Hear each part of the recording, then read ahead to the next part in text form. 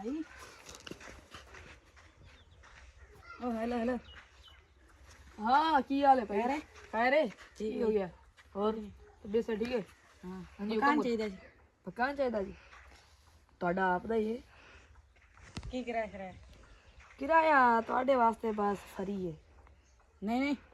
मेरी बेगम ते ठरकियां पौरदा ਓਏ नहीं है यार ये तेरी बेगम है हम्म लाख लाना दे तेरे से मैं बेगम तेरी हुई है तेरे अल्लाह मौत नहीं ਦਿੱਤੀ ਉਸ ਟਾਈਮ ਹਾਂ ਹੁਕਮ ਕਰੋ ਹੁਣ ਕਿਰਾਇਆ ਭਾਈ ਲੱਗਣਾ ਹੈ ਤੁਹਾਡਾ 8331 ਰੁਪਏ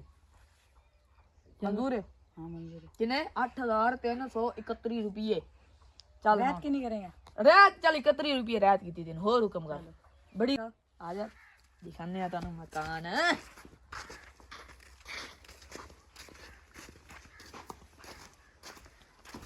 ए मकान है जी तोड़ा आपदा देख लो तुसी मकान पसंद है हां पसंद है हां तानु मकान पसंद है ते मेनू तेरी बेगम पसंद है ओ सॉरी मैं आखे तू पसंद है मेनू देख ले मकान हां ਹੁਣ ਤੁਸੀਂ ਅੰਦਰ ਬੈਠੋ हां ਗੱਪਾਂ ਛਪਾਂ ਲਾਓ ਤੇ ਮੈਂ ਬਾਹਰ ਬੈਠਾ ਠੀਕ ਹੈ चलो ठीक है मैं बाहर बैठा जाना तो है काम हाँ मैंने जरूरी काम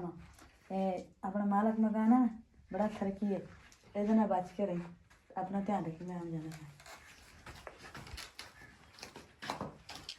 चलो जाए मैं जाना था काम काम है जरूरी चलो सही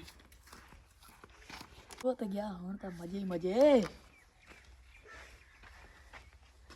जाने मेरी जाने मन बचपन का प्यार भूल नहीं जाना रे की हाल है और तबीयत है ठीक है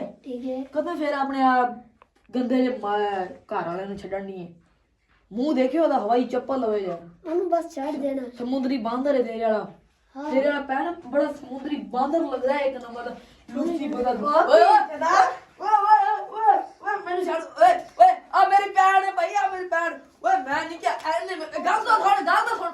ਓਏ ਮੈਂ ਨਹੀਂ ਸੱਦਿਆ ਇਹਨੇ ਮੈਨੂੰ ਖੁਦ ਨੂੰ ਸੱਦਿਆ ਹੁਣ ਤੂੰ ਜਾਣ ਤੂੰ ਆਪਣੀ ਬੇਗਮ ਨੂੰ ਮਾਰ ਤੂੰ ਨਹੀਂ ਹਾਂ? ਨਹੀਂ ਇਹਨੂੰ